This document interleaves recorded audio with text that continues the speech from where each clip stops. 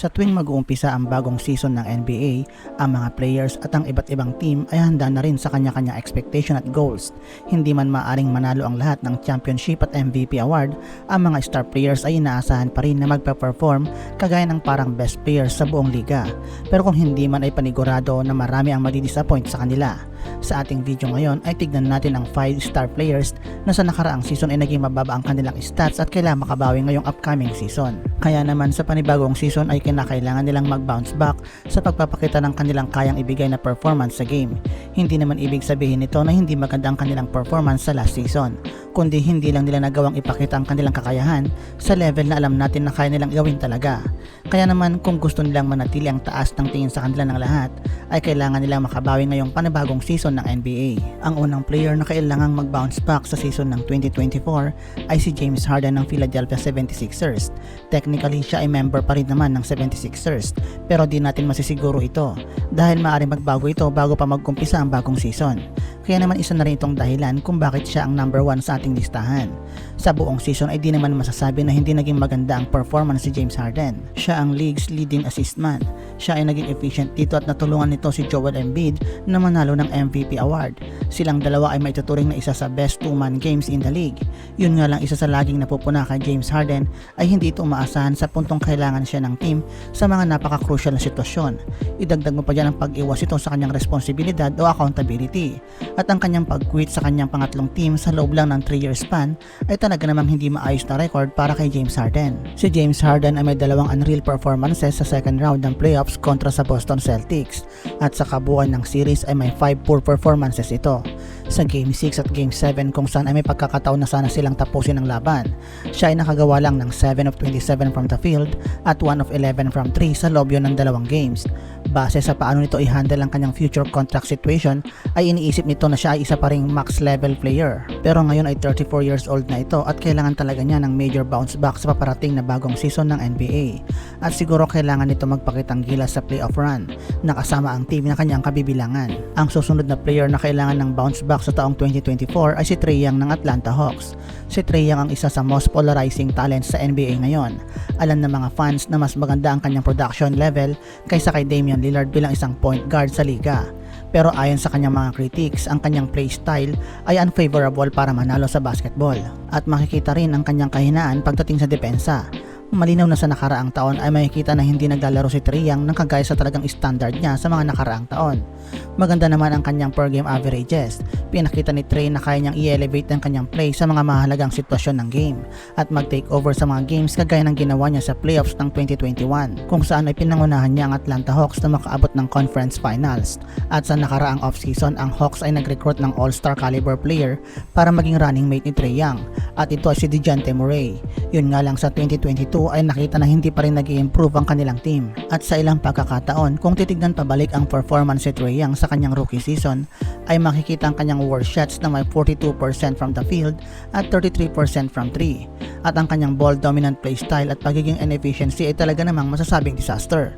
Sa ngayon, ang Hawks ay may pagkakataon sanang manalo dahil may kakayahan silang pang-win move, pero di pa rin ito sapat. Kaya kung di makakabalik si Trae Young sa dati nitong galawang pang superstar, ay mananatili ang kanilang team sa mid-level lang ng NBA. Ang next star player na kailangan ng big bounce back sa darating na season ay si Karl Anthony Towns ng Minnesota Timberwolves. Pagkatapos ng kanilang naging journey sa nakaraang season, ay maraming katanungan ang nakita na dapat masagot ng team. At isa sa sentro ng usapin ay si Karl Anthony Towns. Sa nakaraang season ay isang malaking pasabog ang ginawa ng Timberwolves. Kanilang nakuha sa trade ang multiple time defensive player of the year winner na si Rudy Gobert, na siya sanang malaking tulong sa kanila bilang defensive reinforcement. Ginawa lahat ng Timberwolves para mag-click ang kanilang bagong Twin Towers lineup sa nakaraang taon. Pero hindi naging komportable si Anthony Towns na napilitang maglaro ng mas may puwersa bilang power forward. Natapos niya ang season na mababa ang kanyang production.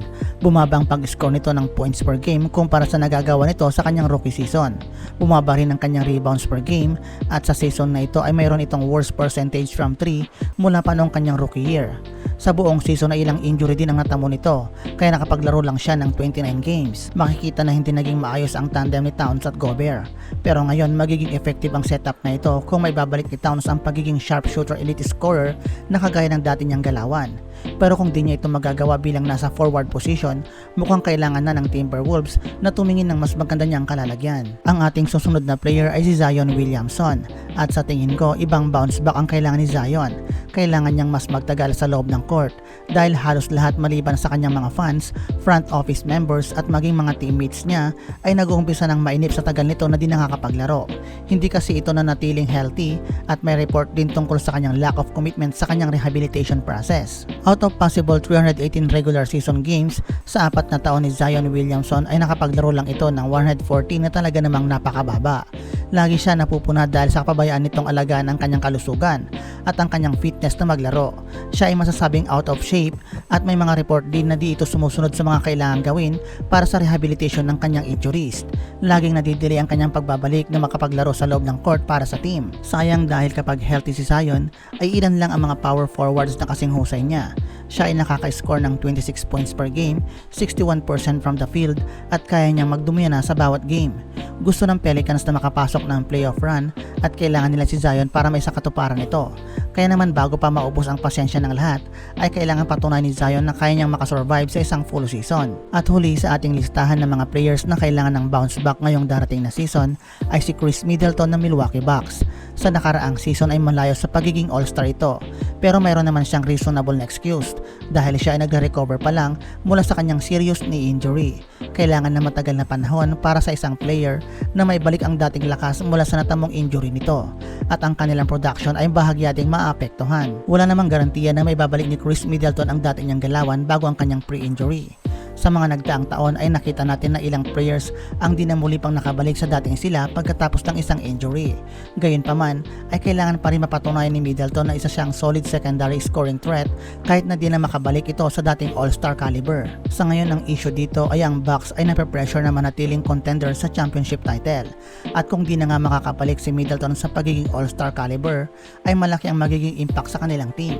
Kailan lang kasi ay naging vocal si Giannis Antetokounmpo na hindi ito magsasign ng contract extension sa Bucks kung di nito makikita na ibibigay din ng lahat ang kanilang best effort para manalo ng championship title. Panigurado na magiging malabo ang chance nila na manalo kung di mag-i-improve si Middleton. Nagkaroon ng embarrassing first round exit ang Bucks sa nakaraang taon ng playoffs. Kaya naman para makabawi ang Bucks team ay kailangan din mag-bounce back ni Chris Middleton. At dyan nagtatapos ang ating video tungkol sa 5 players na kailangan mag-bounce back sa darating na season ng NBA. Maraming salamat sa inyong panonood.